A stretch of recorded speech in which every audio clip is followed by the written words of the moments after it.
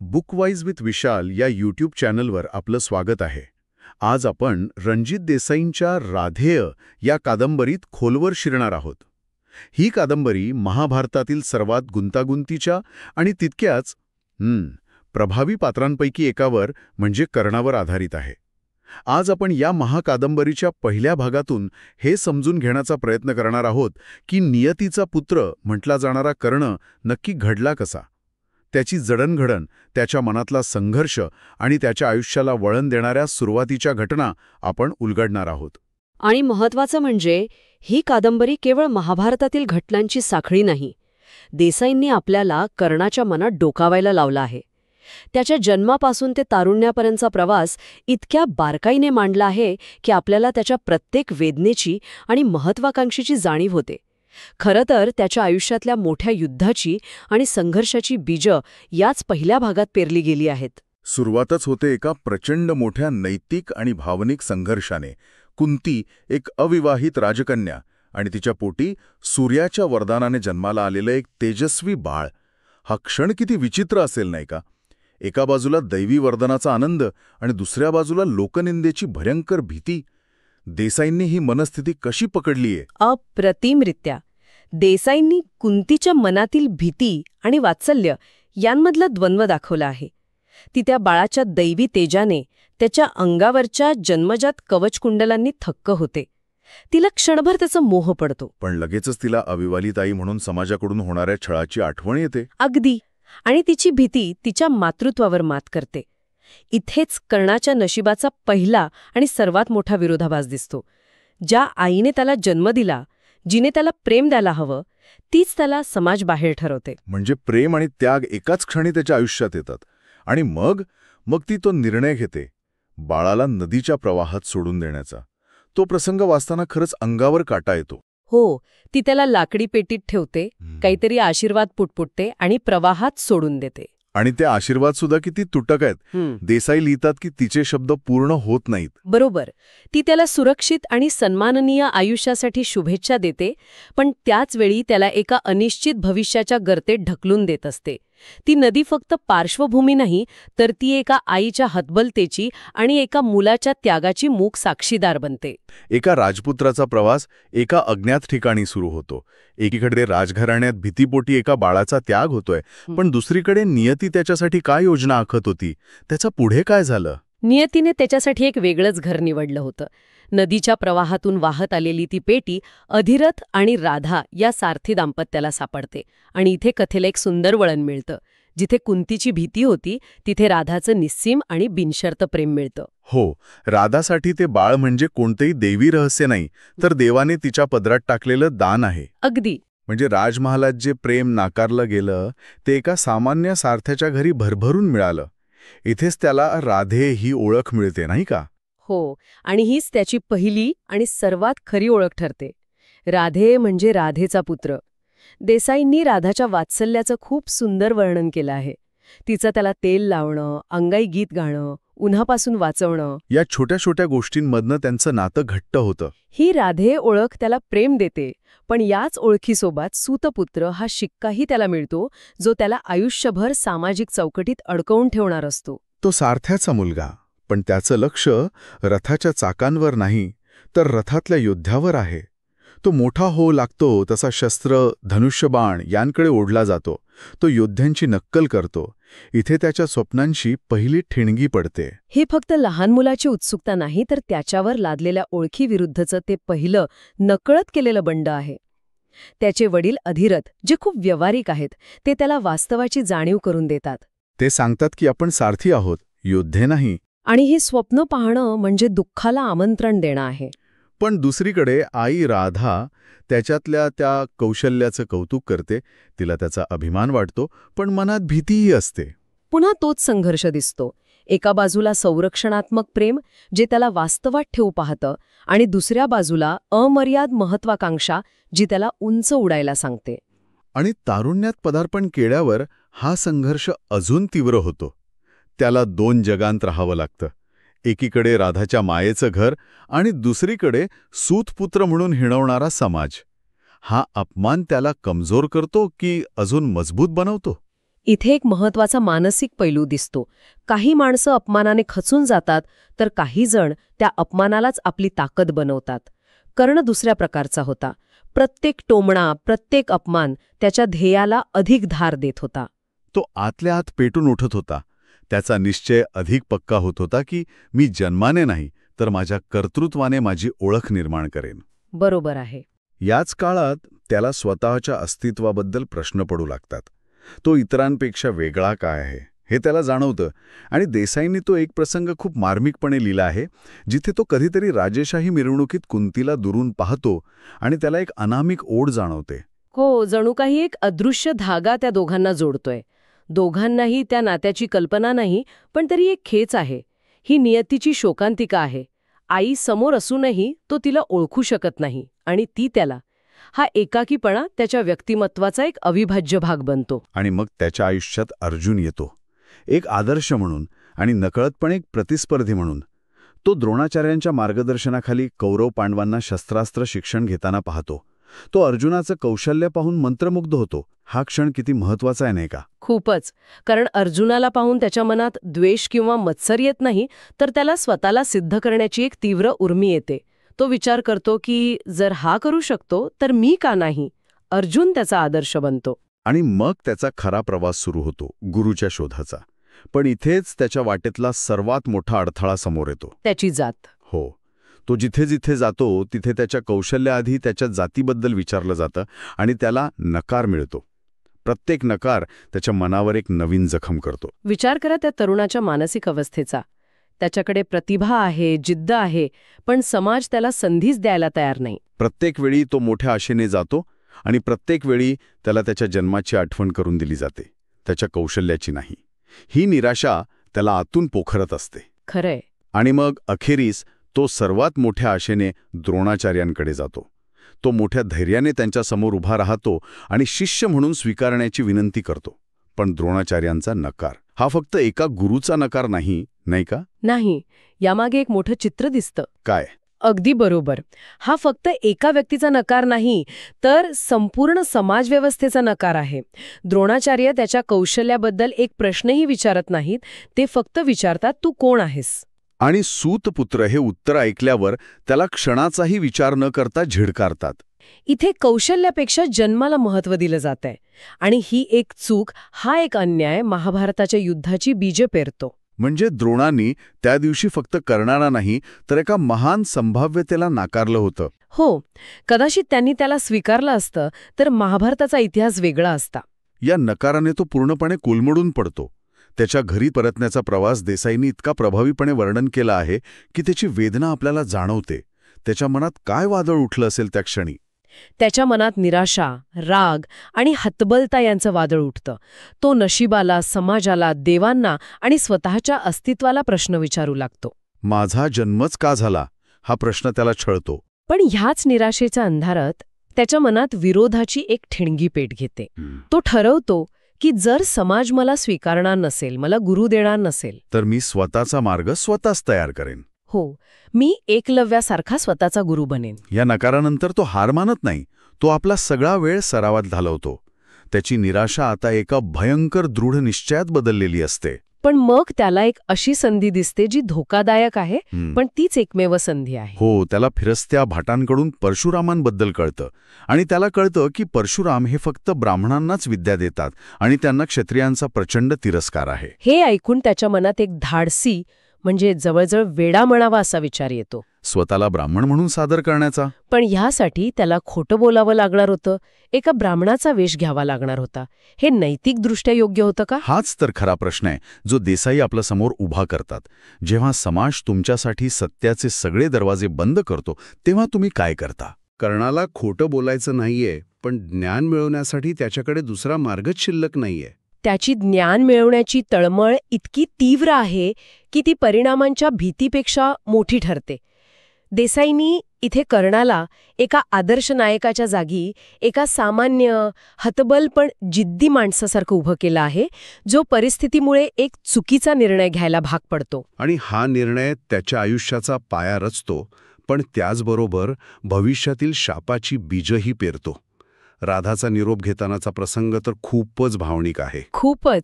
तो तिला पूर्ण सत्य सांगत नाही. तो फक्त एवढंच म्हणतो की तो ज्ञानार्जनासाठी दूर जात आहे. पण त्याच्या डोळ्यातला निश्चय आणि त्याच्या बोलण्यातला वेगळेपणा पाहून राधाचं मन भीतीने भरून जातं. तिला कळतं की तिचा मुलगा आता अशा प्रवासावर निघाला आहे जिथून तो पूर्वीसारखा परत येणार नाही. त्यांचा तो संवाद, तो स्पर्श, तिच्या डोळ्यांतील पाणी, हे सगळं त्यांचं नातं किती घट्ट होतं हे दाखवतं. आणि मग त्याचा परशुरामांच्या आश्रमाकडे जाणारा प्रवास सुरू होतो. तो केवळ एक शारीरिक प्रवास नसतो, नाही का? अजिबात नाही. तो एक भावनिक आणि आध्यात्मिक प्रवास आहे. देसाईंनी त्याचं वर्णन खूप सुंदर केलं आहे. ते धुळीने भरलेले रस्ते, घनदाट जंगल, अनोळखी वाटा, हे सगळं जणू त्याच्या भविष्याचं प्रतीक आहे. तो एका अनिश्चित भविष्याकडे पाऊल टाकत असतो जिथे त्याला स्वतःला सिद्ध करायचं आहे, पण एका खोट्याच्या आधारावर. प्रत्येक पावलागणिक तो आपलं जुनं आयुष्य, आपली राधे ही ओळख मागे टाकत असतो. आणि तो जेव्हा परशुरामांच्या आश्रमाजवळच्या जंगलावरच्या काठावर उभा राहतो तेव्हा कादंबरीचा पहिला भाग संपतो. त्याच्या हातात धनुष्य आहे, डोळ्यात एक ध्येय आहे आणि मनात एकाच वेळी आशा आणि भीती आहे. अगदी. तो जंगलाच्या त्या सावल्यामध्ये पाऊल टाकणार असतो, जे त्याच्या आयुष्यातील एका नव्या आणि निर्णायक अध्यायाची सुरुवात असते. पण पुढे पाऊल टाकण्याआधी त्याच्या मनात एक क्षीण शंका डोकावते. जो प्रश्न देसाईंनी आपल्यासाठीही सोडला आहे, फसवणुकीच्या पायावर उभे राहिलेले मोठेपण खरोखर टिकू शकते का? तर राधेय कादंबरीचा हा पहिला भाग आपल्याला कर्णाच्या व्यक्तिमत्वाचा पाया दाखवतो. ओळख मिळवण्यासाठीचा त्याचा संघर्ष, प्रतिभा आणि जन्मावर आधारित समाज यांच्यातील दरी आणि कोणत्याही परिस्थितीत हार न मानण्याची त्याची वृत्ती, या सगळ्याची ओळख आपल्याला इथे होते. आणि जाता जाता तोच प्रश्न पुन्हा एकदा विचार करण्यासारखा आहे. कर्णाच्या मनात तो प्रश्न येतोच, फसवणुकीच्या पायावर उभं राहिलेलं मोठेपण टिकेल का? तो ती शंका बाजूला सारतो, कारण त्याला वाटतं की जगाने त्याच्याशी न्याय केला नाही. पण कदाचित हाच प्रश्न विचारण्यासारखा आहे. कधी कधी ध्येय गाठण्यासाठी निवडलेला चुकीचा मार्ग त्या ध्येयापेक्षाही मोठा होऊन बसतो का? या प्रश्नाचं उत्तर कर्णाला त्याच्या संपूर्ण आयुष्यात शोधावं लागणार आहे. पुढच्या भागात आपण पाहूया की जेव्हा कर्ण परशुरामांना भेटतो तेव्हा काय होतं आणि त्याचा पुढचा प्रवास कसा होतो. तोपर्यंत बुकवाईज विथ विशाल या चॅनलला लाईक, शेअर आणि सबस्क्राईब करायला विसरू नका. धन्यवाद. नमस्कार. रणजित देसाईंच्या राधेय कादंबरीवर आधारित आपल्या चर्चेच्या दुसऱ्या भागात आपलं स्वागत आहे. पहिल्या भागात आपण कर्णाच्या जन्माचं रहस्य आणि त्याच्या सुरुवातीच्या संघर्षाबद्दल बोललो. आज गोष्ट पुढे सरकते. आज आपण त्या टप्प्यावर आलो आहोत जिथे कर्ण ज्ञानाच्या शोधात थेट भृगुश्रेष्ठ परशुरामांच्या आश्रमात पोचतो. हा त्याच्या आयुष्यातला एक असा अध्याय आहे जिथे त्याला सर्व काही मिळतं आणि त्याच क्षणी तो सर्व काही गमावण्याचा पायाही घालतो. तुम्ही जो मुद्दा मांडलात तो खरं तर या कथेचा गाभा आहे. हा भाग केवळ एका योद्ध्याच्या प्रशिक्षणाची गोष्ट नाही, तर त्या प्रशिक्षणामागे दडलेल्या नैतिक गोंधळाची, एका मोठ्या ध्येयासाठी पत्करलेल्या धोक्याची आणि त्यातून निर्माण होणाऱ्या शोकांतिकेची गोष्ट आहे. खरं तर या भागातल्या घटना समजून घेण्यासाठी आपल्याला काही संकल्पना नीट उलगडून घ्याव्या लागतील, नाहीतर आपल्याला कर्णाची तळमळ आणि परशुरामांचा क्रोध दोन्ही पूर्णपणे समजणार नाही. अगदी. यातली पहिली आणि सगळ्यात महत्त्वाची संकल्पना म्हणजे गुरु-शिष्य परंपरा. आजच्या काळात आपल्याला हे नातं म्हणजे टीचर-स्टुडंट रिलेशनशिप असं वाटेल, पण ते तसं नव्हतं. हे एक समर्पण होतं, नाही का? बरोबर. ही केवळ शिक्षण देण्या-घेण्याची व्यावसायिक प्रक्रिया नव्हती. ते एक पवित्र नातं होतं.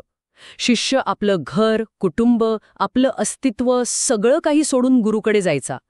तो स्वतःला अक्षरशः गुरुच्या स्वाधीन करायचा आणि गुरु त्याला केवळ शस्त्रविद्या किंवा शास्त्र नाही, तर जगण्याचं तत्वज्ञान, धर्माचं सार शिकवायचा.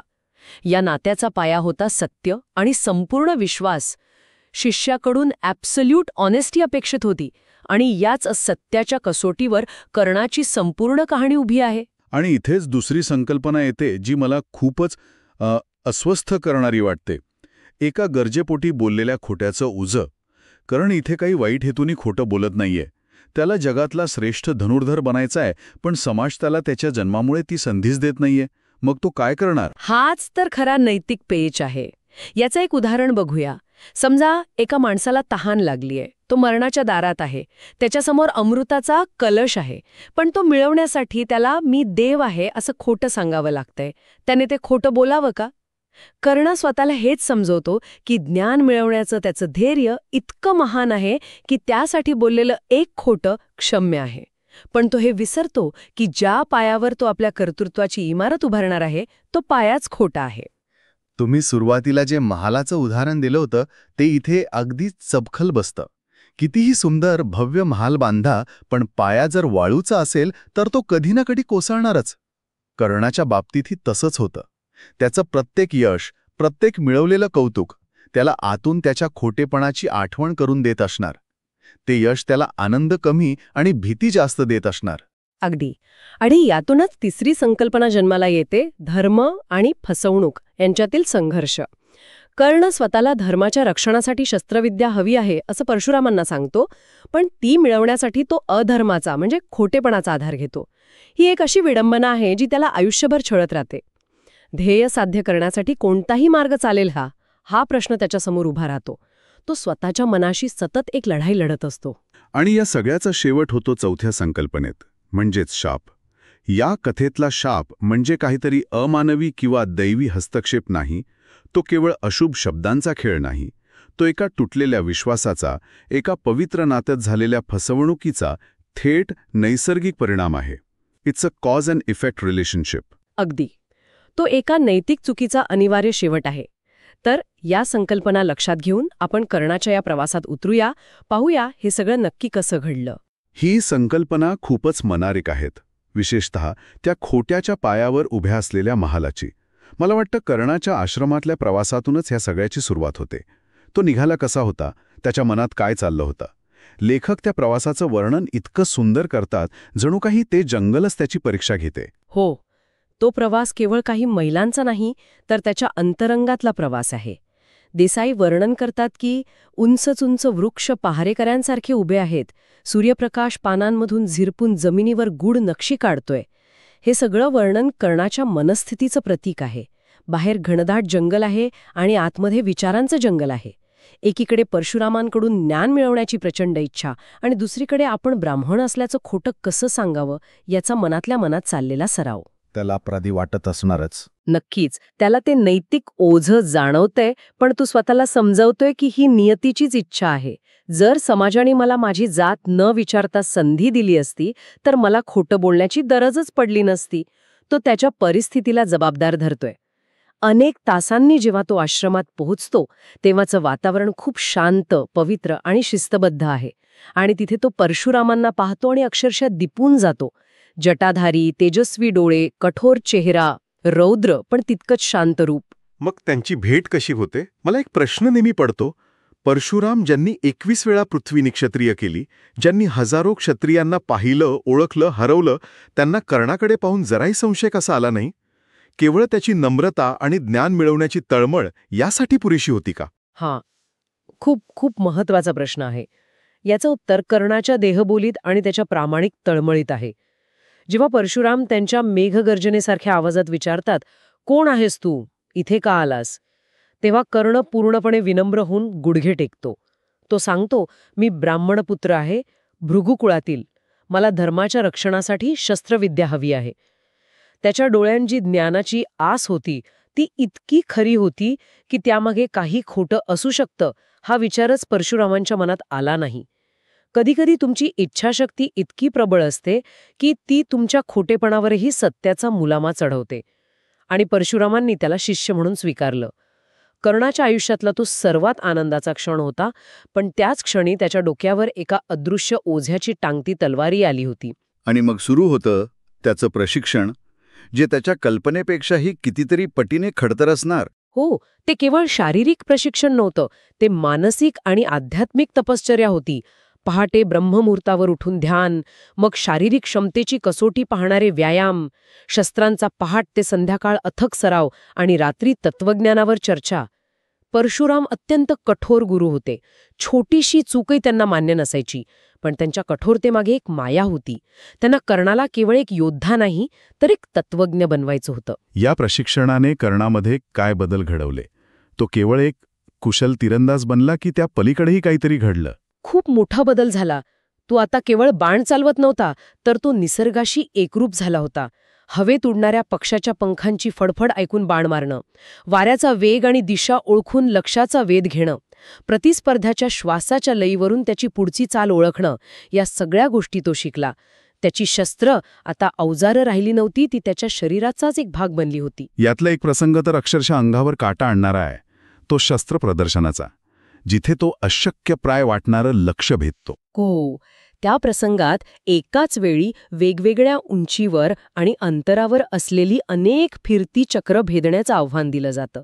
इतर शिष्यांना ते जमत नाही, पण कर्ण डोळे मिटून एक क्षण ध्यान करतो आणि मग एकामागोमाग एक जणू काही श्वास घेतोय इतक्या सहजतेने सर्व लक्ष्यांचा भेद करतो. हे पाहून जे परशुराम सहसा आपल्या भावना कधीच दाखवत नाहीत, त्यांच्या चेहऱ्यावरही कौतुकाचे आणि आश्चर्याचे भाव उमटतात. ते कबूल करतात की ही क्षमता मानवी नाही, ही देवी देणगी आहे. आणि इथेच ते खोट्याचं ओझं अधिक गडद होत जात असणार नाही का? विचार करा, गुरुकडून एवढी मोठी प्रशंसा मिळतेय आणि त्याच क्षणी आतून एक आवाज सांगतोय की तू त्यांना फसवतोयस. अगदी बरोबर. कर्णाचं कौशल्य जितकं वाढत होतं, परशुरामांचं प्रेम आणि विश्वास जितका वाढत होता, तितकंच त्याचा अपराधभाव त्याला आतून पोखरत होता. प्रत्येक कौतुकाचा शब्द त्याला त्याच्या खोट्या पायाची आठवण करून देत होता. हळूहळू त्यांचं नातं केवळ गुरु-शिष्याचं राहत नाही. ते संध्याकाळी धर्म, नियती, जीवन यावर तासनतास चर्चा करतात. परशुरामांना वाटू लागतं की त्यांना अखेर एक योग्य शिष्य मिळाला, जो त्यांची विद्या पुढे नेईल. त्यामुळे कर्णाच्या मनात सतत एक भीती होती की हे सुंदर नातं कधीतरी तुटेल. आणि नेमकं तेच घडलं. तो दुर्दैवी दिवस, ज्याने सगळं काही बदलून टाकलं. हो, एका दुपारी कठोर सरावानंतर थकलेले परशुराम विश्राम करत असतात. ते कर्णाला जवळ बोलावून आपली मान त्याच्या मांडीवर ठेवतात. गुरुने शिष्याच्या मांडीवर डोकं ठेवणं हे त्यांच्यातील विश्वासाचं आणि प्रेमाचं सर्वोच्च शिखर होतं. कर्ण गुरुसेवा करत असतो आणि गुरु शांतपणे झोपतात. आणि मग ती घटना घडते. कादंबरीत उल्लेख आहे की एक वज्रकीट नावाचा किडा तिथे येतो. हा सामान्य किडा नव्हता. नाही, वज्रकीट म्हणजे ज्याची नांगी वज्रासारखी कठीण आहे असा किडा. तो किडा कर्णाच्या मांडीला चावतो आणि आत खोलवर रक्त शोषू लागतो. कर्णांना असह्य वेदना होतात, पण तो हालचाल करत नाही. त्याला भीती वाटते की आपण हल्लो तर गुरूंची झोप मोड होईल, गुरुसेवेत बाधा येईल. तो ती वेदना शांतपणे सहन करतो. त्याच्या मांडीतून रक्ताचा ओघळ वाहू लागतो. त्या रक्ताच्या स्पर्शाने परशुरामांना जाग येते. ते जागे होतात आणि पाहतात की कर्ण शांतपणे बसला आहे, पण त्याची मांडी रक्ताने भिजली आहे. त्यांना वेदनेपेक्षा जास्त राग करण्याच्या अशा वागण्याचा येतो का? सुरुवातीला त्यांना आश्चर्य वाटतं आणि काळजीही वाटते, पण मग त्यांच्या मनात एक वेगळाच विचार येतो. ते विचारतात, कर्णा, एवढा वेळ हा किडा दंश करत होता आणि तू शांत बसून राहिलास. तुझ्या चेहऱ्यावर वेदनेचा लवलेशही नाही. आणि त्याच क्षणी त्यांना सत्य उमगतं. त्यांना आठवतं की ब्राह्मणाचं शरीर इतकं सहनशील असू शकत नाही. इतकी वेदना सहन करण्याची शक्ती केवळ क्षत्रियाच्या रक्तात असू शकते. एका क्षणात सगळं चित्र स्पष्ट होतं. विश्वासघाताची भावना. हो, त्यांच्यासाठी तो केवळ एका खोटेपणाचा प्रश्न नव्हता. तो त्यांच्या विश्वासाचा, त्यांच्या प्रेमाचा, गुरुशिष्य परंपरेच्या पवित्रतेचा अपमान होता. त्यांचा चेहरा क्रोधाने लाल होतो. कर्ण गयावया करतो, आपली परिस्थिती समजावून सांगण्याचा प्रयत्न करतो. तो सांगतो की मला ज्ञान मिळवण्याचा दुसरा कोणताही मार्ग नव्हता, म्हणून मी खोटं बोललो. पण तत्वाला जीव मांडणारे परशुराम काही ऐकण्याच्या मनस्थितीत नसतात. हो, आणि मग ते त्याला तो शाप देतात, जो त्याच्या आयुष्याची दिशाच बदलून टाकतो. ते क्रोधाने म्हणतात, ज्या विद्येसाठी तू माझ्याशी खोटं बोललास, माझ्या विश्वासाचा घात केलास, तीच विद्या, तेच ब्रह्मास्त्र तुला ऐन गरजेच्या वेळी, जेव्हा तुझं जीवन मरण पणाला लागलेलं असेल, तेव्हा आठवणार नाही. तू ते विसरून जाशील. हा शाप म्हणजे कर्णाच्या हृदयावर झालेला सर्वात मोठा आघात होता. ज्या ज्ञानासाठी त्याने सर्वस्व पणाला लावलं, तेच ज्ञान ऐनवेळी निरुपयोगी ठरणार होतं. पण यात एक भावनिक गुंतागुंत आहे. शाप दिल्यानंतर परशुरामांचा राग शांत होतो. त्यांनाही कुठेतरी वाईट वाटतं. हो, लेखक हे खूप सुंदरपणे मांडतात. त्यांचा राग शांत झाल्यावर त्यांच्या लक्षात येतं की आपण क्रोधाच्या भरात काय करून बसलो. त्यांना कर्णाची गुरुभक्ती आणि असामान्य क्षमता नाकारता येत नाही. ते जड अंतःकरणाने त्याला म्हणतात, जरी तुझी विद्या ऐनवेळी निष्फळ ठरेल, तरी तुझं नाव इतिहासात एका महान योद्ध्याच्या रूपाने कायम आदराने आणि दुःखाने घेतलं जाईल. तू श्रेष्ठ योद्ध्यांपैकी एक म्हणून ओळखला जाशील. एकाच वाक्यात शाप आणि आशीर्वाद दोन्ही दडले होते. हा त्यांच्यातला आतला संघर्ष दिसतो. एकीकडे गुरु म्हणून तत्व पाळायचं आहे आणि दुसरीकडे एका होतकरू शिष्याचं भविष्य उद्ध्वस्त होते हे पाहवत नाहीये. म्हणजे सगळं मिळूनही कर्णाचे हात रिकामेच राहिले. तुटलेल्या हृदयाने आणि जड पावलांनी तो आश्रमातून बाहेर पडतो. हो, ज्या जंगलातून तो मोठ्या आशेने आला होता तेच जंगल आता त्याला खायला उठतंय. झाडांच्या सावल्या त्याला गिळायला येतायत, पानांची सळसळ त्याला त्याच्या अपयशाची जाणीव करून देत आहे असं त्याला वाटतं. त्याच्या मनात अपराधभाव, दुःख आणि आपल्यावर झालेल्या अन्यायाची भावना दाटून आलेली असते. घरी परतल्यावर काय होतं? त्याची आई राधा त्याला कशी स्वीकारते? राधा त्याला पाहून खूप आनंदी होते, पण तिच्या अनुभवी नजरेला लगेच कळतं की काहीतरी बिनसलं आहे. मुलाच्या चेहऱ्यावर ज्ञानाच्या तेजाऐवजी एक उदासीनता, एक दुःख आहे. पण कर्ण तिला शापाबद्दल काहीही सांगत नाही. तिला दुःख द्यायचं नसतं. तो काही दिवस गावात राहतो, पण त्याचं मन रमत नाही. त्याचं जगच बदलून गेलेलं असतं. पण त्याच्यातली जिद्द संपलेली नसते. एका प्रसंगातून हे स्पष्ट होतं. अगदी. एका दिवशी तो नदीकिनारे सराव करत असतो आणि सहजच एक बाण मारतो. तो बाण इतक्या अचूकपणे जातो की झाडाच्या फांदीला धक्का न लावता एका पानाच्या मधोमध असलेल्या छिद्रातून आरपार जातो. त्याचं हे अमानवी कौशल्य पाहून गावकरी थक्क होतात आणि इथेच या कादंबरीच्या दुसऱ्या भागाचा शेवट होतो. शापाचं ओझं आहे, पण कर्णाच्या मनातली जिद्दच संपलेली नाहीये. उलट ती अधिक तीव्र झाली आहे असं म्हणता येईल. हो, तो निश्चय करतो की नियतीने शाप दिला असेल, समाजाने नाकारलं असेल, पण मी माझ्या कर्तृत्वाने एवढा मोठा होईन की देवांनाही माझी दखल घ्यावी लागेल. आणि याच निश्चयाने तो एका नव्या प्रवासाला निघतो, जिथे हस्तिनापुरात त्याची भेट दुर्योधनाशी होणार असते आणि तिथून त्याच्या आयुष्याला एक नवी निर्णायक दिशा मिळणार असते. तर आजच्या या चर्चेतून आपण पाहिलं की कर्णाला परशुरामांकडून अतुलनीय ज्ञान मिळालं, पण एका खोटेपणाच्या पायावर उभं राहिलेलं हे ज्ञान अखेरीस एका शापात बदललं. आणि ही कथा आपल्याला हा विचार करायला लावते की जर कर्णाला जन्मामुळे ज्ञान नाकारलं नसतं तर त्याचं आयुष्य किती वेगळं असतं. समाजाचे नियम एखाद्याच्या पात्रतेपेक्षा मोठे असू शकतात का? हा प्रश्न या कथेच्या केंद्रस्थानी आहे आणि तो आजही तितकाच महत्वाचा आहे. राधेय कादंबरीवरील चर्चेचा हा दुसरा भाग इथे संपत आहे. पुढच्या भागात आपण कथेच्या तिसऱ्या भागाला सुरुवात करणार आहोत, जिथे कर्णाच्या आयुष्यात दुर्योधनाचा प्रवेश होतो आणि तिथून महाभारताच्या खऱ्या राजकारणाला आणि संघर्षाला सुरुवात होते. हा प्रयत्न आवडला असेल तर बुक वाईज विथ विशालच्या या भागाला लाईक, शेअर आणि चॅनलला सबस्क्राईब करायला विसरू नका. पुन्हा भेटूया पुढच्या भागात. नमस्कार आणि पुन्हा एकदा स्वागत. आज आपण आपल्या चर्चेचा तिसरा भाग सुरू करत आहोत. नमस्कार. कुरुक्षेत्राचं युद्ध आता अशा एका वळणावर येऊन पोचलंय जिथे रोज एका महायोद्ध्याचा अस्त होतोय. हो. भीष्म आणि द्रोणाचार्यांसारखे मोठे मोठे महारथी पडलेत आणि आता कौरवांची सगळी मदार, त्यांची सगळी आशा फक्त एका नावावर टिकून आहे. कर्ण. बरोबर. मागच्या भागात आपण एका अत्यंत नाट्यमय क्षणावर चर्चा थांबवली होती, म्हणजे ऐन युद्धाच्या धामधुमीत कुंती कर्णासमोर त्याच्या जन्माचं रहस्य उलगडते. ज्यांना तो आयुष्यभर शत्रू मानत आला तेच त्याचे भाऊ आहेत. हे सत्य कळाल्यानंतर कर्णाच्या मनात नेमकं काय वादळ उठलं असेल? आजची चर्चा तिथूनच पुढे नेऊया. नक्कीच. म्हणजे हा क्षण हा काही साधा नव्हता. कर्णाच्या आयुष्यात आलेला तो एक भावनिक भूकंपच होता म्हणायला हरकत नाही. अगदी. विचार करा ना, ज्या अंतिम द्वंद्वासाठी म्हणजे अर्जुनासोबतच्या त्या एका निर्णायक लढाईसाठी तो आयुष्यभर तयारी करत होता. हो, सगळं आयुष्य पणाला लावलं होतं. आणि त्याच लढाईच्या आदल्या रात्री त्याच्या अस्तित्वाचाच पाया पूर्णपणे हलवून टाकला गेला. एका बाजूला दुर्योधनाला दिलेलं वचन, कौरव सेनेचं सेनापतीपद म्हणजे अपेक्षांचं एव्हरेस्ट एवढं ओझं. हो. आणि दुसऱ्या बाजूला मी कोण आहे या प्रश्नाने निर्माण केलेला गोंधळ.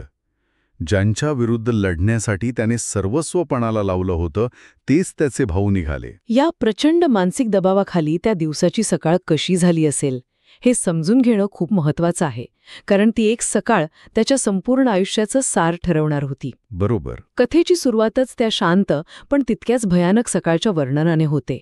रात्रभर कुरुक्षेत्राचं मैदान शांत आहे, पण ही स्मशान शांतता आहे, वादळापूर्वीची. कर्ण आपल्या शिबिराबाहेर एकटाच उभा आहे आणि त्याचं मन युद्धाच्या रणनीतीपेक्षा जास्त कुंतीच्या शब्दांमध्ये आणि तिच्या डोळ्यांतील अश्रूंमध्ये अडकलं आहे. झोप तर लागलेलीच नाहीये. हो, आणि इथे लेखक त्याच्या मानसिक स्थितीचं जे वर्णन करतात ते अप्रतिम आहे. मानसशास्त्रात याला ओळखीचं संकट किंवा आयडेंटिटी क्रायसिस म्हणतात. अच्छा. पण हे फक्त नावापुरतं मर्यादित नाही. हा क्षण फक्त मी कोण आहे या प्रश्नाचा नसतो, तर मी आत्तापर्यंत जे काही केलं, ज्या मूल्यांसाठी जगलो, ती योग्य होती का, हा जास्त मोठा प्रश्न असतो. बरोबर. कर्णाची निष्ठा ही त्याची सर्वात मोठी ताकद होती, त्याचा दागिना होता की नाही. आणि त्याच क्षणी तीच निष्ठा त्याची सर्वात मोठी कमजोरी ठरते, कारण आता त्याची निष्ठा विभागली गेली होती. एका बाजूला मैत्रीचं ऋण आणि दुसऱ्या बाजूला रक्ताचं नातं. अगदी. पण तो निर्णय घेतो. तो विचार करतो की ज्या आईने जन्मतःच मला नाकारलं, नदीच्या प्रवाहात सोडून दिलं, तिच्यापेक्षा ज्या मित्राने मला समाजात मान सन्मान दिला, मला राजा बनवलं, त्याचं ऋण मोठं आहे. हो, दुर्योधनाने त्याला ओळख दिली जेव्हा सगळं जग त्याला सूतपुत्र म्हणून हिणवत होतं. त्यामुळे तो दुर्योधनाची साथ न सोडण्याच्या निर्णयावर ठाम राहतो. अगदी बरोबर. बुद्धीने तो हा निर्णय घेतो, पण लेखक एक सुंदर वाक्य वापरतात, दी एक रिमेंड. याचं भाषांतर करायचं झालं तर त्याने निर्णय तर घेतला, पण त्याच्या मनाच्या एका कोपऱ्यात एक कळ, एक वेदना कायम होती. ती सल्लारी जखम तशीच होती. कुंतीच्या डोळ्यांतील ती हताशा, तो अपराधीपणा, तो विसरू शकत नव्हता. नाहीच. आणि हेच तर कर्णाच्या व्यक्तिरेखेचं वैशिष्ट्य आहे. तो कर्तव्यासाठी कठोर निर्णय घेतो, पण आतल्या आत तो भावनांच्या संघर्षात जळत राहतो. तो एकाच वेळी योद्धाही आहे आणि एक संवेदनशील माणूसही. आणि त्याचवेळी त्याचा सारथी राजा शल्य तिथे येतो. शल्य म्हणजे एक मोठं गुंतागुंतीचं पात्र आहे. हो, पांडवांचा मामा, पण वचनबद्ध असल्यामुळे कर्णाचा सारथी बनलाय. आणि तो कर्णाच्या चेहऱ्यावरची चिंता बरोबर ओळखतो. हो, आणि तो थेट काही विचारत नाही. कर्ण जेव्हा म्हणतो की युद्धाच्या चिंतेमुळे झोप लागली नाही, तेव्हा शल्य जास्त खोलात जात नाही. पण तो एक खूप महत्वाचं वाक्य बोलतो, युद्ध स्वप्नांनाही शत्रू बनवतं. या एका वाक्यात युद्धाचा सैनिकांवर होणारा मानसिक आघात दडला आहे. बरोबर. युद्ध फक्त रणांगणावर नाही, तर सैनिकांच्या मनात, त्यांच्या स्वप्नात, त्यांच्या एकांतातही लढलं जातं. शल्याला कळतंय की कर्णाच्या मनात काहीतरी मोठं वादळ आहे, पण तो त्याला त्याची जागा देतो. यानंतर एक खूपच भावनिक क्षण येतो, जो कर्णाच्या व्यक्तिरेखेला एक वेगळीच खोली देतो. त्याचा मुलगा वृषसेन त्याच्याकडे येतो. हो. तोही आपल्या वडिलांच्या चिंतेने अस्वस्थ आहे आणि त्यांच्यासोबत लढण्याची इच्छा व्यक्त करतो. तेव्हा कर्ण त्याला एक सल्ला देतो. तो म्हणतो, शौर्य मरण्यात नाही, तर सन्मानाने जगण्यात आहे. कमाल आहे नाही, यातली विडंबना पहा. जो बाप स्वतः मृत्यूच्या दिशेने चालला आहे, तो आपल्या मुलाला जगण्याचा उपदेश करतोय. बरोबर. आणि इथेच कर्णाची खरी शोकांतिका दिसते. तो वृषसेनला जे सांगतोय ते तो स्वतःच्या आयुष्यात कधीच पाळू शकला नाही. ज्या पितृप्रेमाला तो स्वतः आयुष्यभर मुकला, तेच प्रेम तो आपल्या मुलावर ओततोय. आणि त्याच क्षणी त्याच्या मनात विचार येतो, हो, की कुंतीला माझ्याबद्दल असं कधी वाटलं असेल का? ज्या मुलाला तिने नदीत सोडून दिलं, त्याच्यासाठी तिचं मन कधीतरी तळमळलं असेल का? ही भावना दाखवते की त्याच्या मनातील जखम किती ताजी आणि किती खोल आहे. इतक्यात दुर्योधनाचा निरोप येतो. कौरवांच्या शिबिरात तणावाचं आणि थोडं भीतीचं वातावरण आहे. असणारच. भीष्म आणि द्रोणांच्या मृत्यूंनी सैन्याचं मनोबल पुरतं खचलेलं आहे. दुर्योधन कर्णाला पाहताच धावत येतो आणि त्याला मिठी मारून म्हणतो, तू आलास, आता मला कशाचीही भीती नाही. इथे दुर्योधनाची कर्णावरील निर्भरता स्पष्ट दिसते. कर्ण आता फक्त एक योद्धा नाही, तर तो संपूर्ण कौरव सेनेचा मोरॅल बूस्टर आहे. हो. हे थोडं आजच्या कॉर्पोरेट जगासारखं आहे. एखादा स्टार परफॉर्मरवर जेव्हा संपूर्ण कंपनीचा निकाल अवलंबून असतो, तेव्हा CEO त्याला बोलवून म्हणतो, you are our only hope. बरोबर. ही करून अर्जुनाला संपवलंच पाहिजे. कारण अर्जुनाला हरवणं म्हणजे पांडवांची आशाच संपवणं. अगदी. मला एक गोष्ट नेहमीच विचार करायला लावते. दुर्योधनाला खरंच कर्णाच्या चिंतेची काळजी होती की त्याला फक्त आपलं सर्वात मोठं शस्त्र रणांगणावर 100% एकाग्र हवं होतं? हा खूप चांगला मुद्दा आहे. त्या क्षणी त्या दोघांच्या नात्यात मैत्री जास्त होती की गरज? कारण तो कर्णाला विचारतो, मित्र तू कालपासून अस्वस्थ आहेस, मनात कोणतीही शंका ठेवू नकोस. मला वाटतं याचं उत्तर कदाचित दोन्ही असेल. दुर्योधनाची मैत्री स्वार्थावर आधारलेली होती हे खरं, पण त्याला कर्णाबद्दल एक प्रकारचा आपलेपणा नक्कीच होता. पण कर्ण त्याला काहीच सांगत नाही. तो ते सत्य का लपवतो? मला वाटते याचं कारण दुर्योधनाचा गोंधळ टाळणं हे तर आहेच, पण त्याहूनही महत्वाचं म्हणजे ही त्याची वैयक्तिक लढाई होती. हो. ती जखम इतकी नवी आणि खाजगी होती की तो ती कोणासमोर उघडी करू इच्छित नव्हता. ज्या मित्राने त्याच्यावर एवढा विश्वास टाकला आहे त्याच्यावर या सत्याचं ओझं टाकणं त्याला योग्य वाटलं नसेल. ते ओझं तो एकटाच वाहू इच्छित होता. शिबिरातून बाहेर पडताना शल्य पुन्हा एकदा कर्णाशी बोलतो. तो म्हणतो, मी रथावर असताना तुला खूप काही बोलतो, ते माझं सारथ्याचं कर्तव्य आहे, पण एक योद्धा म्हणून तुझ्याबद्दल माझ्या मनात खूप आदर आहे. आणि मग जाताना तो एक सूचक वाक्य बोलतो, जे मला वाटतं त्याला सगळं कळून चुकलं होतं. तो म्हणतो, जे काही सत्य तू मनात लपून ठेवलं आहेस त्याला तुझ्या बाहूंना कमजोर होऊ देऊ नकोस. बरोबर. शल्याला नक्कीच काहीतरी कल्पना आली होती. तो एक अनुभवी राजा आहे, माणसांची पारख आहे त्याला. हो. तो थेट प्रश्न विचारत नाही, पण अप्रत्यक्षपणे कर्णाला धीर देतोय. हे दाखवतं की शल्य जरी मनाने पांडवांच्या बाजूने असला तरी एक योद्धा म्हणून तो कर्णाच्या महानतेचा आदर करतो. म्हणजे तो जणू म्हणतोय की तुझी वैयक्तिक लढाई काहीही असो, पण रणांगणावर तू कर्णच राहिला पाहिजेस. अगदी. आणि मग तो क्षण येतो. युद्धाला सुरुवात होते. कर्ण आपल्या विजय नावाच्या महान धनुष्यासह रथावर स्वार होतो. समोर पांडवांचं सैन्य समुद्राच्या लाटेसारखं पसरलेलं दिसतं. भीमाचा कर्णावर हल्ला होतो, पण कर्ण त्याला सहज मागे ढकलतो. इथे कर्णाच्या युद्ध कौशल्याचं दर्शन घडतं. तो किती महान योद्धा आहे हे सुरुवातीच्या काही क्षणांमध्ये स्पष्ट होतं. भीमासारख्या महापराक्रमी योद्ध्याला तो सहज रोखून धरतो. त्याचा आत्मविश्वास परत आलेला दिसतो. पण तेव्हाच एक अनपेक्षित आणि कथेला पूर्णपणे कलाटणी देणारी घटना घडते. कर्णाचा मुलगा वृषसेन आपल्या वडिलांचं रक्षण करण्यासाठी भीमाच्या आणि कर्णाच्या मध्ये येतो आणि भीमावर बाणांचा वर्षाव करतो. मुलाचं ते शौर्य पाहून कर्णाची छाती अभिमानाने फुलून येते. एका पित्यासाठी यापेक्षा मोठा अभिमानाचा क्षण कोणता असू शकतो, नाही का? ज्याला आयुष्यभर स्वतःच्या ओळखीसाठी संघर्ष करावा लागला, तो आज आपल्या मुलाला आपल्या डोळ्यासमोर एक पराक्रमी योद्धा म्हणून पाहतोय. तो क्षणभरासाठी सगळं विसरून जातो. पण नियतीचा खेळ वेगळाच असतो. कारण त्याच क्षणी दूरवरून एक बाण विजेच्या वेगाने येतो आणि वृषसेनच्या रथाचं चाक तोडतो. अरे रे. दुसरा बाण थेट वृषसेनच्या खांद्यात घुसतो आणि तो जखमी होऊन रथातून खाली कोसळतो. तो बाण अर्जुनाने मारलेला असतो. आणि हाच तो निर्णायक क्षण आहे, the point of no return. या एका घटनेमुळे कर्णाच्या मनातील सर्व द्वंद्व, सर्व शंका, कुंतीचं वचन, रक्ताचं नातं हे सगळं संपून जातं. हो. मुलाला रक्ताच्या थारोळ्यात पडलेलं पाहून त्याच्या आत फक्त एकच भावना उरते, सुडाची. लेखकाने जे म्हटलंय कोल्ड नोबल क्लॅरिटी, ते म्हणजे त्याच्या मनातील गोंधळ नाहीसा होऊन एक थंड निश्चयी स्पष्टता येते. आता तिथे भावना नव्हत्या, फक्त कर्तव्य होतं. बरोबर. जखमी करणारा माझा शत्रू. कर्ण रथातून उडी मारतो, आपल्या मुलाला उचलून घेतो आणि त्याला उपचारासाठी छावणीत पाठवतो. तो वृषसेनला म्हणतो, ही लढाई माझी एकट्याची आहे. हो. आणि जेव्हा तो परत रथावर चढतो तेव्हा त्याच्या चेहऱ्यावरचे भाव, त्याची नजर, सगळं काही बदललेलं असतं. मुलावर झालेला हल्ला हा त्याच्यासाठी शेवटचा आघात ठरतो. आता त्याला कुंतीला दिलेलं वचन आठवत नाही की पांडव भाऊ आहेत, हे आठवत नाही. काहीच नाही. त्याच्यासमोर फक्त एकच शत्रू आहे, अर्जुन. ज्या अज्ञात भावाने त्याच्या मुलाला जखमी केलं, त्याच्याशी लढण्यासाठी तो आता भावनिक आणि मानसिकदृष्ट्या पूर्णपणे तयार आहे. त्याची सर्व विखुरलेली ऊर्जा आता एकाच धेऱ्यावर केंद्रित झाली आहे. बरोबर. आणि मग तो क्षण येतो ज्याची वाट संपूर्ण कुरुक्षेत्र पाहत होतं. दोन्ही बाजूंचे सैन्य क्षणोभरासाठी लढाईचं थांबतं. एका बाजूला आपल्या रथावर कर्ण उभा आहे, दुसऱ्या बाजूला अर्जुनाचा रथ आहे. दोन भाऊ, दोन महान योद्धे, दोन नशिबाचे खेळ अखेर एकमेकांसमोर उभे ठाकतात. आणि कथा सांगते, आणि नियतीने आपला डाव टाकला. वाव. तर आजच्या भागात आपण पाहिलं की जन्माचं सत्य कळाल्यानंतरच्या प्रचंड भावनिक वादळातून कर्ण कसा बाहेर पडला. हो. मुलावरील हल्ल्याने त्याच्या मनातील सर्व गोंधळ संपवला आणि त्याला त्याच्या अंतिम लढाईसाठी एकाग्र केलं. त्याच्या मनात आता कोणतीच शंका नाही, फक्त एकच ध्येय आहे, अर्जुन. इथे जाता जाता एक विचार करण्यासारखी गोष्ट आहे. कर्णाने आयुष्यभर नियती आणि समाजाने केलेला अन्यायाविरुद्ध संघर्ष केला. तो नेहमी म्हणायचा की तो स्वतःचं नशीब घडवतो.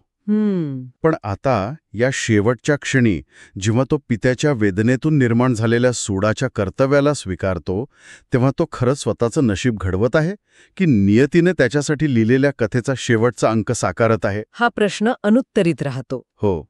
हे आपण या पुस्तकाच्या अंतिम भागात पाहणार आहोत. पुढच्या वेळी आपण या कथेचा शेवटचा आणि सर्वात महत्त्वाचा भाग घेऊन येऊ. नक्कीच. जर आपल्याला आमचं काम आणि ही सखोल चर्चा आवडत असेल तर कृपया बुकवाईज विथ विशाल या चॅनलला लाईक, शेअर आणि सबस्क्राईब करायला विसरू नका. भेटूया पुढच्या भागात. कुरुक्षेत्राच्या 17व्या दिवसाची सकाळ. पण ही सकाळ नेहमीसारखी नाहीये. एक विलक्षण शांतता आहे. म्हणजे जिथे कित्येक आठवडे फक्त किंकाळ्या, रक्ताचा सडा आणि शस्त्रांचा आवाज होता, तिथे आज एक विचित्र स्तब्धता आहे. जणू काही ती जमीन सुद्धा येणाऱ्या निर्णायक क्षणाची वाट पाहतीये. हो, अगदी. आपण आज कर्णाच्या कथेच्या याच शेवटच्या आणि अत्यंत महत्वाच्या भागावर जरा सविस्तर बोलणार आहोत. ही शांतता म्हणजे खरं तर वादळापूर्वीची शांतता आहे आणि या वादळाच्या केंद्रस्थानी आहे कर्ण. आज तो जेव्हा रणांगणात उभा आहे तेव्हा त्याच्याकडे ते जन्मापासून मिळालेलं कवच कुंडल नाहीये, पण त्याच्याकडे आहे ती त्याची कला, त्याचा स्वाभिमान आणि त्याचा तो अढळ निश्चय. बरोबर. त्याला हे पक्क माहिती आहे की त्याची शस्त्र कितीही धारदार असली तरी आज त्याच्या नशिबाची धारच त्याचा शेवटचा फैसला करणार आहे. त्याच्या त्यावेळच्या मानसिक स्थितीबद्दल बोलणं खूप महत्वाचं आहे. तो शांत दिसतोय, म्हणजे त्याच्या चेहऱ्यावर भीती नाहीये. नाही आहेत की आता त्याला मृत्यूची भीती वाटत नाही. हे अगदी एखाद्या अनुभवी गिर्यारोहकासारखं आहे जो एव्हरेस्टच्या शिखरावर पोहोचल्यावर घाबरत नाही, उलट तो त्या क्षणाचा आदर करतो. अगदी, तो त्या क्षणाचा, त्या आव्हानाचा आदर करतो. कर्ण त्या अंतिम क्षणासाठी पूर्णपणे तयार आहे. आणि याच मानसिक स्थितीत असताना एक अशी गोष्ट घडते ज्याची त्याने कल्पनाही केली नसेल. हो, शल्य. त्याचा सारथी शल्य, जो आत्तापर्यंत प्रत्येक क्षणी त्याला टोचून बोलत होता, त्याचा अपमान करत होता, तो अचानक बदलतो. हो, आणि हा बदल खूप मोठा आहे. शल्य त्याच्या जवळ येतो आणि पहिल्यांदाच आदराने बोलतो. खरंच. हो, तो आपल्या वागणुकीबद्दल माफी मागतो आणि म्हणतो, कर्ण, आज तू सूर्यासारखा तळपशील, हे जग तुला विसरणार नाही. हे शब्द कर्णासाठी कोणत्याही शस्त्रापेक्षा मोठे होते. आयुष्यभर तो ज्या सन्मानासाठी, ज्या स्वीकृतीसाठी तळमळत होता, ती त्याला अनपेक्षितपणे या क्षणी मिळते. जणू काही एका तहानलेल्या माणसाला शेवटच्या क्षणी अमृताचे 2 थेंब मिळावेत. अगदी तसंच. पण ही तर झाली बाहेरची गोष्ट. त्याच्या आतमध्ये तर एक वेगळंच वादळ चालू आहे, नाही का? हो, कुंतीचं सत्य. कुंतीने त्याला सांगितलेलं सत्य, अर्जुन तुझा भाऊ आहे, या सत्याचा त्याच्या मनावर काय परिणाम झाला असेल? प्रचंड. म्हणजे बघा, हे सत्य त्याची दुर्योधनाप्रती असलेली निष्ठा बदलत नाही, पण ते नियतीच्या क्रूरपणाची जाणीव करून देतं. याची कल्पना करा की तुम्ही आयुष्यभर एका शर्यतीत धावत आहात आणि अंतिम रेषेवर पोचल्यावर तुम्हाला कळतं की तुम्ही चुकीच्या टीमकडून तुमच्याच माणसांविरुद्ध धावत होता. बापरे. ही जाणीवच त्याला आतून पोखरत असेल. त्याचा बाह्य शत्रू अर्जुन आहे, पण त्याचा खरा संघर्ष आता स्वतःच्या अस्तित्वाशी आहे. तरीही तो मागे हटत नाही, तो दुर्योधनाची बाजू सोडत नाही. नाही, अजिबात नाही. कारण त्याच्यासाठी निष्ठा आणि कृतज्ञता हाच त्याचा धर्म आहे. बरोबर. ज्यावेळी संपूर्ण जग त्याचा अपमान करत होतं तेव्हा दुर्योधनाने त्याला राजाचा सन्मान दिला. ही मैत्री आणि ही निष्ठा त्याच्यासाठी सर्वस्व आहे. म्हणजे आज आपण फक्त एका युद्धाचं वर्णन नाही करणार. नाही, आपण निष्ठा, कर्तव्य, नियती आणि सन्मान या मूल्यांमध्ये अडकलेल्या एका महान योद्ध्याच्या अंतिम संघर्षाला समजून घेणार आहोत. चला तर मग सुरुवात करूया. शंखनाद होतो आणि ती सकाळची शांतता भंग पावते. युद्ध सुरू होतं. कर्णाच्या नेतृत्वामुळे कौरव सैन्यात एक नवीनच ऊर्जा संचारलेली दिसते. भीष्म आणि द्रोणाचार्यांच्या पतनानंतर कर्णच त्यांची शेवटची आशा आहेत. अगदी बरोबर. सैनिकांचा उत्साह शिगेला पोचलेला असतो आणि त्याच वेळी समोरून अर्जुनाचा रथ येतो, ज्याचं सारथ्य स्वतः श्रीकृष्ण करतायत. आणि मग कर्ण आणि अर्जुनाची नजरानजर होते आणि क्षणभरासाठी जणू काही काळच थांबतो. 2 योद्धे, 2 भाऊ आणि 2 वेगवेगळी नशिबं एकमेकांसमोर उभी ठाकतात. कर्ण पहिला बाण सोडतो आणि पांडव सैन्यात हाहाकार माजवायला सुरुवात करतो. त्याचा प्रत्येक बाण अचूक असतो. हो, असं म्हणतात की त्याच्या बाणांमध्ये त्याच्या आयुष्यभराच्या संघर्षाचं आणि साधनेचं वजन होतं. पण याचा नेमका अर्थ काय? म्हणजे रणांगणावर हे कसं दिसत असेल? म्हणजे बघा, तो फक्त एक शस्त्र चालवत नाहीये. त्याचा प्रत्येक बाण म्हणजे त्याच्यावर झालेले अन्याय, त्याने केलेला सराव, त्याचा राग, त्याची निराशा, या सगळ्या भावनांचं मिश्रण आहे. अच्छा, त्यामुळे त्याचा वार अधिक विध्वंसक ठरतो. तो अक्षरशः पांडव सैन्याची दाणादाण उडवतो. आणि तो युद्धाच्या या सर्वोच्च शिखरावर असतानाच नियती त्याच्यावर दुसरा आणि कदाचित सर्वात मोठा आघात करते. वृषसेन. हो. त्याला बातमी मिळते की त्याचा मुलगा वृषसेन अर्जुनाच्या बाणाने मारला गेलाय. हा त्याच्या आयुष्यातला सर्वात मोठा टर्निंग पॉइंट आहे. ह्या क्षणापर्यंत तो एक सेनापती म्हणून, एक योद्धा म्हणून लढत होता. पण मुलाच्या मृत्यूची बातमी ऐकताच त्याच्यातला पिता जागा होतो. त्याचा संयम सुटतो. तो शल्याला म्हणतो, आता या युद्धात फक्त कर्ण नाही तर एक बाप उतरला आहे. आणि मग यानंतर त्याची लढण्याची पद्धतच पूर्णपणे बदलून जाते. आत्तापर्यंतच्या लढाईत एक शिस्त होती, आता त्यात फक्त सुडाची आग आहे. यानंतर मग कर्ण आणि अर्जुनामध्ये ते महाभयानक द्वंद्व सुरू होतं, हो ना? हो. असं वर्णन आहे की त्यांचे बाण हवेतच एकमेकांवर आदळून नष्ट व्हायचे, जणू काही आकाशच त्यांच्या संघर्षाच्या भाराने फाटून जाईल. हो. आणि याच द्वंद्वामध्ये एक असा क्षण येतो जो या युद्धाची दिशा ठरवतो. कर्ण नागास्त्र नावाचं शस्त्र सोडतो. नागास्त्र? ते थेट अर्जुनाच्या गळ्याचा वेध घेण्यासाठी निघालेला असतो. पण अगदी शेवटच्या क्षणी श्रीकृष्ण रथावर पाय दाबून रथ काही इंच जमिनीत खाली घालवतात. आणि तो बाण? तो बाण अर्जुनाच्या डोक्यावरचा मुकुट उडून जातो. म्हणजे इथे पुन्हा एकदा दैवी हस्तक्षेप होतो. हो. कर्ण फक्त अर्जुनाशी नाही तर त्याच्या नशिबाशी आणि श्रीकृष्णाच्या चातुर्याशी लढत असतो. अगदी बरोबर. यातून हेच सिद्ध होतं की कर्णाची लढाई किती अवघड होती. तो एका योद्ध्याशी नाही तर त्याच्या संपूर्ण नशिबाशी लढत होता. पण तो हार मानत नाही. नाही, यानंतरही नाही. तो परशुरामांकडून मिळालेलं भार्गवास्त्र वापरतो. त्याचे बाण इतक्या वेगाने सुटतात की काही काळासाठी तो अर्जुनावर पूर्णपणे भारी पडतो. खरंच? हो. अर्जुनाच्या हातातून धनुष्य सुटतं. तो जखमी होतो. पहिल्यांदाच कर्णाच्या मनात विजयाची आशा निर्माण होते. शल्यसुद्धा उत्साहाने ओरडतो, कर्ण, तू जिंकणार. आणि नेमकं त्याच क्षणी जेव्हा विजय अगदी दृष्टीपथात असतो तेव्हा नियती आपला शेवटचा डाव खेळते. त्याच्या रथाचं चाक चिखलात फसतं. एक साधीशी घटना, रथाचं चाक चिखलात रुतणं. पण हीच घटना त्याच्या संपूर्ण आयुष्याचं प्रतीक बनते. कसं? जसं आयुष्यभर त्याला जात, समाज आणि शापांनी मागे खेचलं, तसंच आज या युद्धभूमीने त्याला रोखून धरलं. तो खाली उतरून चाक काढण्याचा खूप प्रयत्न करतो, पण ती निघत नाही. आणि इथे एक महत्वाचा नैतिक प्रश्न उभा राहतो. कर्ण अर्जुनाला थांबण्याची विनंती करतो. हो. तो धर्माची आठवण करून देतो. तो म्हणतो, अर्जुना, धर्मानुसार तू आता निशस्त्र असलेल्या योद्ध्यावर वार करू शकत नाहीस. पण श्रीकृष्ण अर्जुनाला वेगळाच सल्ला देतात. ते त्याला द्रौपदीच्या अपमानाची आणि अभिमन्यूच्या वधाची आठवण करून देतात. हो. आणि हा मुद्दा खूप गुंतागुंतीचा आहे. श्रीकृष्ण म्हणतात, ज्यांनी आयुष्यभर कधीच धर्माचं पालन केलं नाही त्यांना आज शेवटच्या क्षणी धर्माची अपेक्षा करण्याचा अधिकार नाही. पण हे वरवर पाहता क्रूर वाटू शकतं. पण श्रीकृष्ण इथे कर्माच्या सिद्धांताबद्दल बोलत आहेत. ते सांगतायत की धर्म म्हणजे सोयीनुसार वापरण्याचा नियम नाही, तो तुमच्या कर्माचा अटळ परिणाम आहे. तुम्ही जे पेहाल तेच उगवेल. म्हणजे तुमचा युक्तिवाद असा आहे की कौरवांनी धर्म पाळला नाही म्हणून पांडवांनीही तो सोडून द्यावा? हे थोडं सोयीचं नाही वाटत. हा एक खूप चांगला प्रश्न आहे. याकडे असं पाहता येईल की श्रीकृष्ण अर्जुनाला नियम तोडायला सांगत नाहीत, तर ते त्याला मोठ्या चित्राची जाणीव करून देत आहेत. अच्छा. ते सांगतायत की कर्णाने अधर्माच्या बाजूने उभे राहण्याचा निर्णय घेतला होता आणि आज त्याला त्याचे परिणाम भोगावे लागत आहेत. ही वैयक्तिक लढाई नाही, ही धर्म आणि अधर्म यांच्यातील लढाई आहे.